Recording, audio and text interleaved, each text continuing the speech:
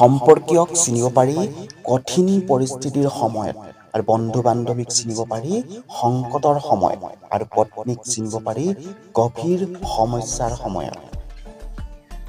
যেতিয়া আপুনি কোনো এটা কাম কৰিবলৈ আৰম্ভ কৰে, তেতিয়া আপুনি অসফলতাৰ বাবে ভয় নকৰিব আৰু সেই কামটো নেৰিব। কাৰণ যি ব্যক্তিয়ে শুদ্ধ মনে শুদ্ধ অন্তৰেৰে কাম কৰে, সেই ব্যক্তিয়ে তাতেই আনন্দ লাভ কৰে। যদি কাৰোবাৰ স্বভাৱ চৰিত্ৰ ভাল হয়, তেন্তে তেওঁক আন কোনো গুণৰ প্ৰয়োজন নহয়। কেতিয়াও সেইজনৰ লগত মিত্ৰতা নকৰিব যি আপোনাতকৈ কম প্ৰতিষ্ঠিত বা বেছি প্ৰতিষ্ঠিত, কাৰণ এনে মিত্ৰতাই আপোনাক কেতিয়াও সুখ নিদিয়ে। এগৰাকী মূৰ্খ ব্যক্তিৰ বাবে কিতাপ যিমান উপযোগী, সিমান এখন আইনা এগৰাকী অন্ধ মানুহৰ বাবে উপযোগী।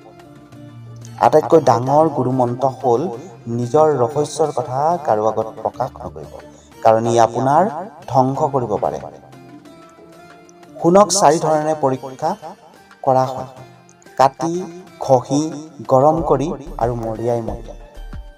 তেনেকৈ এগৰাকী ব্যক্তিক পৰীক্ষা কৰা হয় তেওঁৰ ত্যাগ, আচৰণ আৰু তেওঁৰ গুণ আৰু কাৰ্যৰ দ্বাৰা।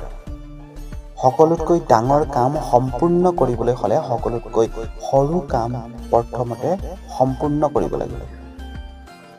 যেনেকৈ এডাল শকত ৰছী কেইবাডালো সৰু সৰু ৰছীৰ সমষ্টি। এলেহুৱা ব্যক্তিৰ কোনো ভৱিষ্যত নাই আৰু কোনো বৰ্তমানো নাই। শত্ৰুৰ ভাল গুণো কেতিয়াবা কামত দিয়ে, সেয়েহে সেই গুণো নিজৰ কৰি ল'ব লাগে। সেইজন ব্যক্তি অহংকাৰী হয় যিয়ে পৰিশ্ৰম নকৰাকৈ সকলো পায়।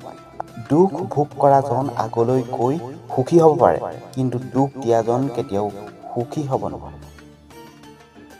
জ্ঞানী ব্যক্তিক বুজাব পাৰি, অজ্ঞানী ব্যক্তিকো বুজাব পৰা যায়, কিন্তু যি অহংকাৰী হয় সেই ব্যক্তিক কোনেও বুজাব নোৱাৰে। কেৱল সময়েহে সেই ব্যক্তিগৰাকীক বুজাব পাৰে।